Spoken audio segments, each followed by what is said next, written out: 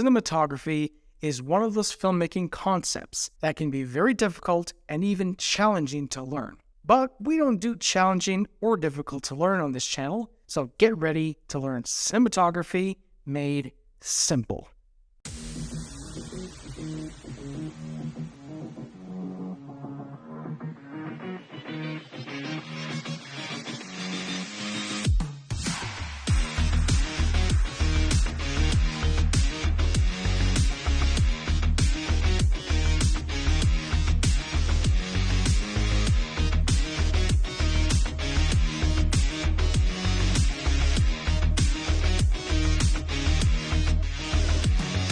Welcome to Valiant Visionaries Studios, the only place on YouTube where you can learn the art of filmmaking made simple.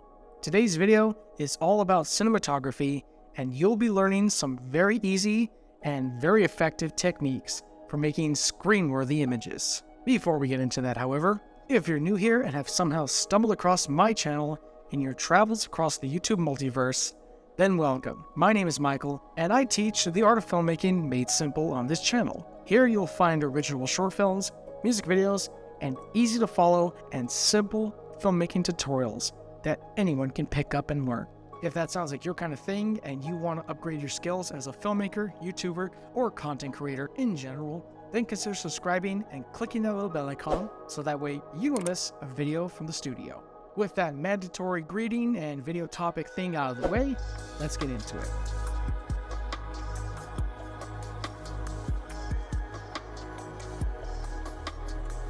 The first thing we're going to be talking about is a concept called composition. Simply put, composition is the way you arrange the visual elements of your shot to create a nice, visually pleasing, dynamic, and interesting image.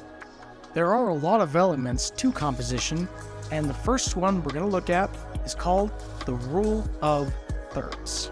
The rule of thirds is the process of placing an imaginary grid comprised of 2 vertical lines and 2 horizontal lines over your image, dividing it into thirds comprised of 9 equal segments. The points where the horizontal and the vertical lines converge are called crash lines, crash points, or a myriad of other names. If you put the most important elements of your image at the intersection of these lines, then you create a more visually dynamic and interesting and even natural looking shot. Another really simple but effective tip for making your shots look that much better using the rule of thirds is to place the horizon line at the top third or the bottom third of your image, creating a more natural and even shot. When you're composing a shot using the rule of thirds, it's a good idea to place your subject slightly off-center in the frame as opposed to dead center. The reason for this is because when looking at an image, first thing that the human eye tends to do is to go slightly off-center in the image and then move around the image as a whole. When a subject is off-center within the frame, it provides a chance for the viewer to interact with the space between your subject and the rest of the image, either in the middle ground, the foreground, or the background, or even some combination of all 3. Now that we've covered the rule of thirds, we're going to tackle something called leading lines.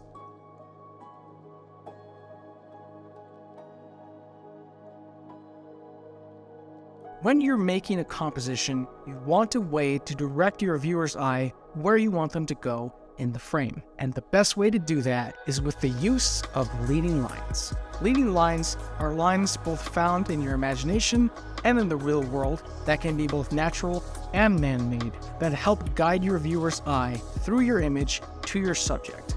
Man-made leading lines can be something like roads, the guardrail of a highway, buildings, or even street signs, whereas natural leading lines can be found on trails, rivers, and other natural formations. If you have horizontal leading lines, guide your viewer's eyes from left to right or right to left, and vertical leading lines guide your eyes from bottom to top or top to bottom. There are also diagonal leading lines that can be used to add a greater sense of depth to your shot. And lastly, there are also converging leading lines that can help really drive attention to your subject.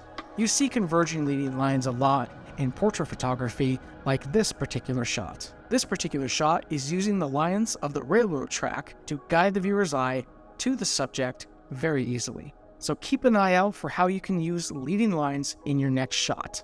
Having covered leading lines, we're now going to jump into one of my personal favorite topics, and that is the shot. More specifically, shot sizes.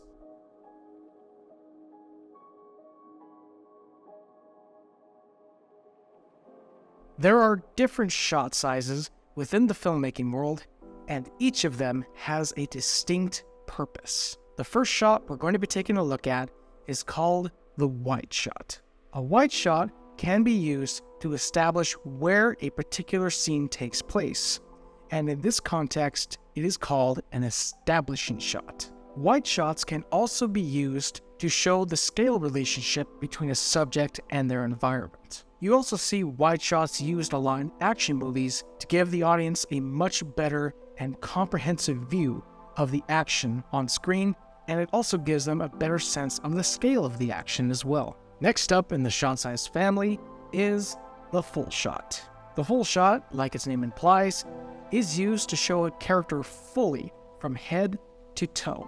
The full shot is used also to give the audience more details about the character on screen, such as their gender, their height, their build, ethnicity, their outfit, any objects they're carrying, mannerisms, and things like that.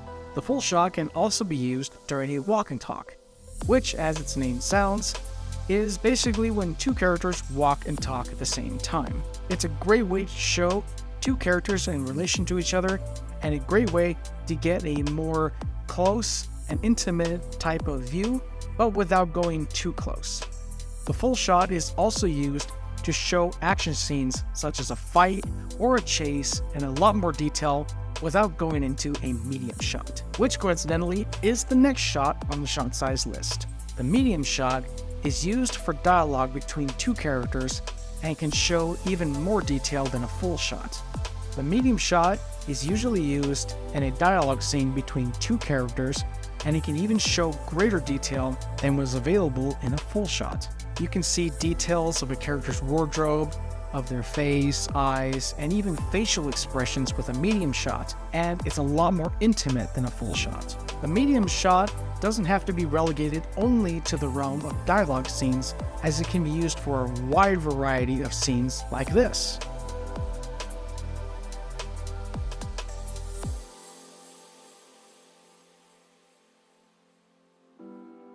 Next, let's move on to the final member of the shot size family, and that is the close-up. Like its name implies, the close-up is used to show your characters, well, close up. It's a much more intimate way to get closer to your characters, to see their emotions, their facial expressions, and other reactions that you wouldn't get with other shot sizes. The close-up can also be used to show emotional reactions to certain events within the story. The close-up can also be used to show certain objects within a scene as well. For example, it can be used to provide more context for a scene. For example, a character is asleep and their phone rings. We show a close-up of the phone to show what's ringing and then the character answering it, providing more context as to what was ringing in the scene.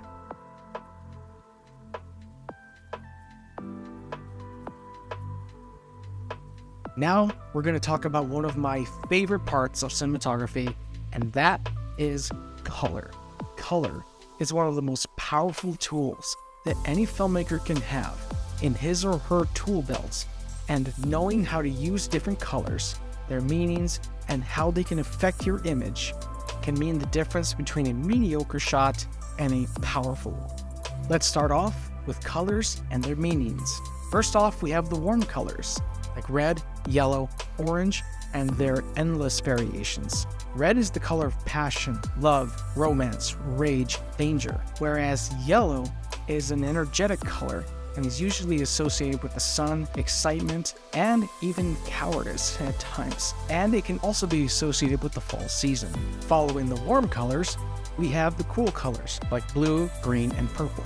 Green, purple, and blue are usually colors that are associated with natural things like grass, trees, rivers, and even certain hues within the sky.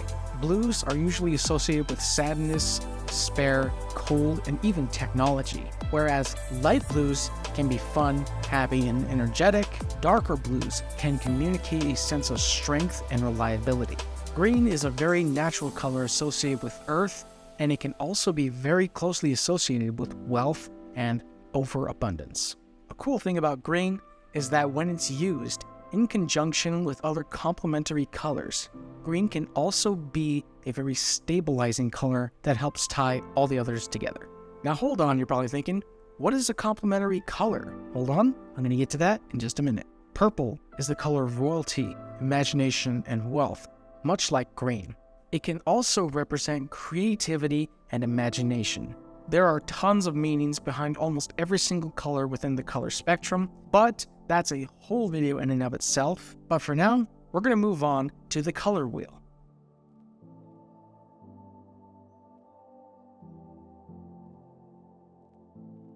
The color wheel is a round diagram that illustrates the different relationships between different colors. It was first created in 1704 by Sir Isaac Newton, and it was found in his book called Optics. He made a color wheel with 7 colors: red, orange, yellow, blue, green, indigo, and violet. Artists of all different kinds use the color wheel when designing and creating their work, but it's most often used in visual arts like photography and filmmaking. The color wheel is divided into 3 different classifications called primary colors, secondary colors, and analogous colors. Don't worry, I know that sounds complicated, but it's really not. The primary colors are red, yellow, and blue. These colors are spaced evenly apart from each other on the color wheel, and when these colors are mixed, they produce secondary colors. Secondary colors are made by mixing 2 primary colors. For example, orange is made by mixing red and yellow. Green is made by mixing blue and yellow, and you get the point. Traditionally speaking, the secondary colors are green, purple, and orange. Secondary colors are followed by tertiary colors. Tertiary colors are magenta, amber, vermilion, chartreuse, violet, and teal. Tertiary colors are made by mixing a primary color and a secondary color. Next up are analogous colors. Analogous colors are colors that are found next to each other on the color wheel. These colors, when they're paired together, appear to match, so you can find them very often in all kinds of visual compositions. Finally, there are complementary colors, which are found opposite from each other on the color wheel.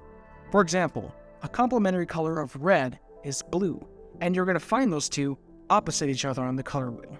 Complementary colors can create a really beautiful and interesting shot if you use them right, so I highly recommend studying the color wheel and learning its ins and outs so you can use its power in your own shots.